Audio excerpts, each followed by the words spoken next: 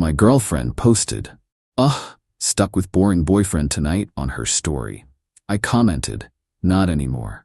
Then I booked myself a weekend getaway and left her car keys on the counter. She was blowing up my phone before I reached the airport. I, 29 male, was sitting on our couch Friday night, scrolling through Instagram, while Natalie, 27, got ready in the bathroom. We'd been together for 2 years, living together for 6 months. The plan was simple: dinner at this new sushi place, then maybe catch a movie. I was actually excited. Work had been brutal all week, and I just wanted to unwind with my girlfriend. Then I saw her story. "Ugh, stuck with boring boyfriend tonight? Someone save me." Tagged at our apartment, posted 3 minutes ago while she was literally in the next room.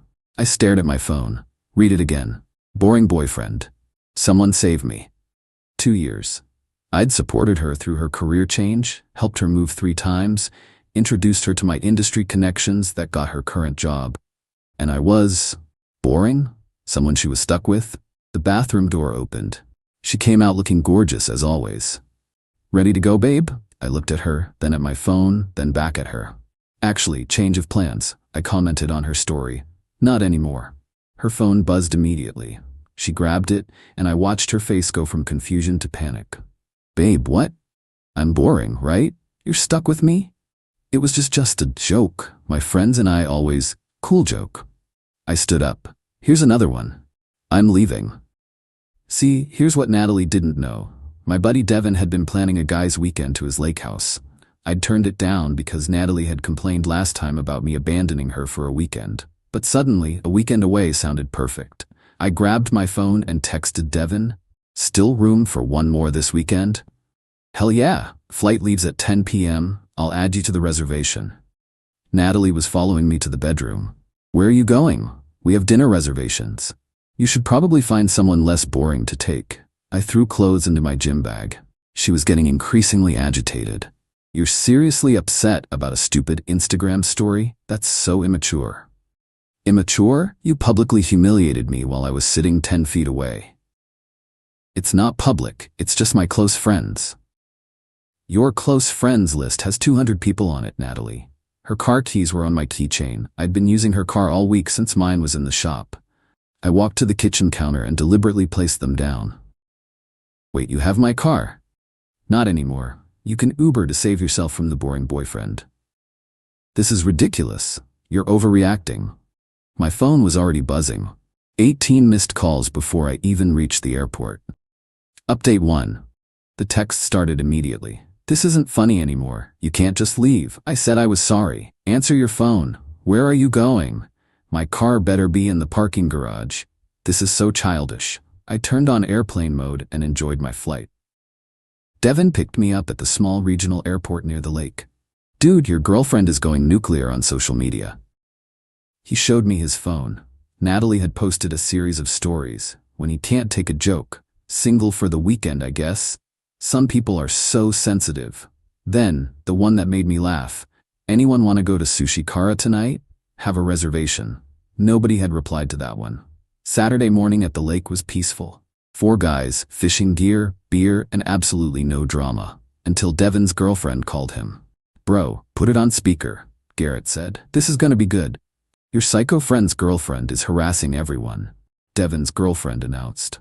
"She's called me 3 times asking where you guys are." She called Garrett's ex-girlfriend. She even DM'd Tom's mom on Facebook. Tom spit out his beer. "She contacted my mom? Asking if she knew where her son was for the weekend. Your mom told her to mind her own business and blocked her." I finally turned off airplane mode. 83 missed calls. Not from her. I'd blocked her number. From her friends, her sister, her mom, even her coworker. Her sister's voicemail. "Really? You stranded her without a car because of an Instagram story? Grow up." Her best friend Jordana. "You're acting like a child." She was joking. "You know how she is." Her mom. "This is not how adults handle problems. You need to come back and apologize." Then I checked Instagram. The stories had evolved. "When toxic masculinity can't handle a joke. Controlling men will really abandon you for laughing with friends." Red flags I ignored. A thread. The thread was wild. Apparently I was emotionally abusive for leaving, financially controlling for taking my car, manipulative for existing, Jealous of her friendships, threatened by her success. The comments were mixed though. Some of her friends were eating it up, but others were questioning the narrative. Wait, what did you post about him? Why did he leave exactly?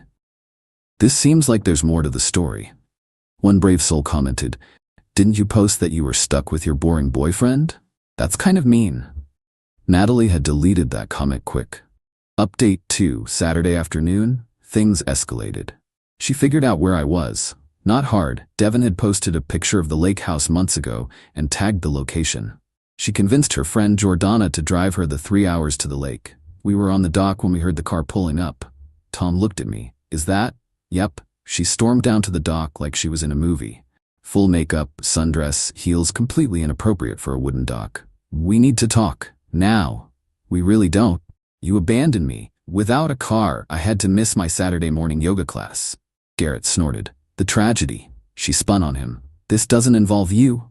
You came to our weekend trip, so yeah, it does, Devin said. She turned back to me, switching tactics. Tears appeared instantly. Baby, I'm sorry, it was a stupid joke. You know I didn't mean it. Then why post it? I was just, I don't know, being silly with my friends. You know how girls talk. Do you know how it feels to see your girlfriend tell 200 people she's stuck with you? That you're boring? That someone should save her? I didn't think you'd see it. Tom laughed. That's your defense? She ignored him. Can we please just talk privately? No. You wanted to make our relationship public content, so let's keep it public. Her mask slipped. You're being ridiculous. Get your stuff, we're leaving. I'm good here, thanks. I drove 3 hours. Nobody asked you to. The tears turned to rage. You think you're so perfect, you're not. You are boring. All you do is work, gym, and play video games. You never want to go out anymore. Because every time we go out, you spend the whole night on your phone posting about how amazing your life is while ignoring me. At least I have a life. Your idea of fun is sitting on a dock with these losers. The guys just laughed. That seemed to break something in her. Fine. Fine. Stay here with your stupid friends, but when you come back, your stuff better be out of my apartment. Your apartment? I pay 60% of the rent. I don't care. I want you out. She stomped back to the car, half Jordana trailing behind, looking embarrassed. 10 minutes later, the social media storm began again. Tried to be the bigger person. Some people choose immaturity. When you drive 3 hours to save a relationship and he chooses his boys. Officially single, his loss. Update 3 Sunday was interesting. I woke up to a text from my landlord. Your girlfriend is trying to change the locks. I told her she can't without both tenants' permission. What's going on? I called him back. Explained the situation. So you're not on the same page about breaking up? She told me to move out. I'm just honoring her wishes. Well, she can't change the locks, and if she wants you off the lease, she needs to qualify for the apartment solo. Her income alone doesn't meet the requirement. I know. He laughed. Got it. Give me a heads up if you need anything. An hour later, Natalie discovered this fact. The texts started coming through her friends' phones since I'd blocked her. Via Jordana. The landlord says I can't afford the apartment alone. You need to keep paying your share. Via her sister. This is financial abuse. You're trying to make her homeless. Via her coworker. She's crying at work. Can you please just be reasonable? I responded to exactly one. The coworker. She demanded I move out. I'm simply complying. Meanwhile, back at the lake, we were having a great time. Caught some fish, grilled them up, told stories. Devin's girlfriend drove up with some of her friends for Sunday afternoon. One of them, Celia, was hilarious. We ended up talking for hours about everything from terrible roommates to obscure Netflix documentaries. She mentioned she was looking for someone to join her volleyball team. I'm in, I said. When do you play? Tuesday nights. But fair warning, we're terrible. Perfect. I'm boring, so that fits. She looked confused until Devin explained the whole story. She was appalled. She posted that publicly? While you were in the same room? Yep. That's sociopathic behavior. We exchanged numbers for the volleyball thing. Purely platonic, but I posted a group photo on Instagram with everyone from Sunday, including Celia. The nuclear meltdown was immediate. Natalie created a new account just to message me. Are you serious right now? Who is that girl? You've been gone 2 days and you're already with someone else? This is why you left, isn't it? You were cheating. She then posted on her main, "When you find out the real reason he left. Once a cheater, always a cheater. Ladies, if he accuses you of being wrong, he's probably projecting." The narrative had completely shifted. Now I hadn't left because of her post, I'd left because I was cheating. The mental gymnastics were Olympic level. Update 4 Monday morning, I came back to absolute chaos. First, I went to the apartment while she was at work to grab my important stuff. Found that she'd cut up my favorite hoodie, thrown out my PlayStation games, deleted my shows from the DVR, poured bleach on my work shoes. But she'd made a critical error. Our doorbell camera, that I paid for and installed, caught her doing the whole thing. She'd forgotten it backs up to my cloud storage. I documented everything, took photos, saved the videos. Then I went to work, where I discovered she'd sent an email to my boss from her work email. "Dear Mr. Harrison, I feel you should know that your employee has been engaging in emotional abuse and financial manipulation. He abandoned me without transportation and is now trying to make me homeless. I'm concerned about his stability and fitness for his position." My boss called me into his office, showed me the email. "Want to explain?" I showed him her Instagram story about being stuck with her boring boyfriend. Explained the weekend. The apartment situation. He leaned back. "So your ex-girlfriend is contacting your employer because you went on a guy's trip after she publicly humiliated you? That's about it? Forward me everything. We're sending this to legal."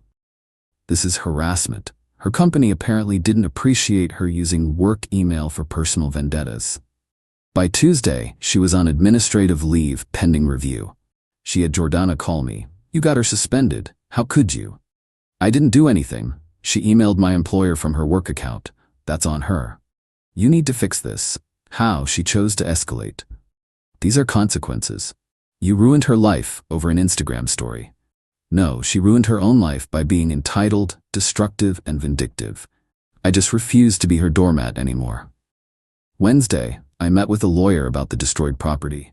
Sent a formal demand letter for $2,100 in damages with the doorbell footage as evidence. Her response through her lawyer was hilarious. Miss Williams denies any wrongdoing and suggests Mr. Coleman's belongings were damaged due to his abandonment of the property.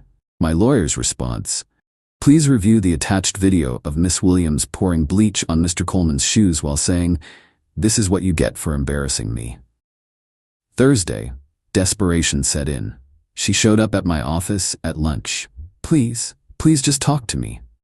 We're talking through lawyers now." "I'm sorry about your stuff. I was angry." "Okay, I'll pay for it." "Great, send the check to my lawyer." Can you please just come home? We can work this out." "Home? I thought you wanted me out of your apartment." "I didn't mean it. I was hurt. And I was hurt when you called me boring and asked people to save you from me." "It was just a joke." "Yeah, so was leaving. Funny how you can't take a joke either." Security escorted her out when she started crying and wouldn't leave. Final update. It's been 2 weeks since the lake weekend. The apartment situation resolved itself. Since Natalie couldn't qualify a loan and I refused to keep paying for somewhere I didn't live, she had to find a roommate fast. Enter Brittany, her Instagram bestie, who commented on all her posts about what a queen she was. Brittany lasted exactly 4 days before texting me. "How did you live with her? She's insane. She does nothing but take selfies and complain.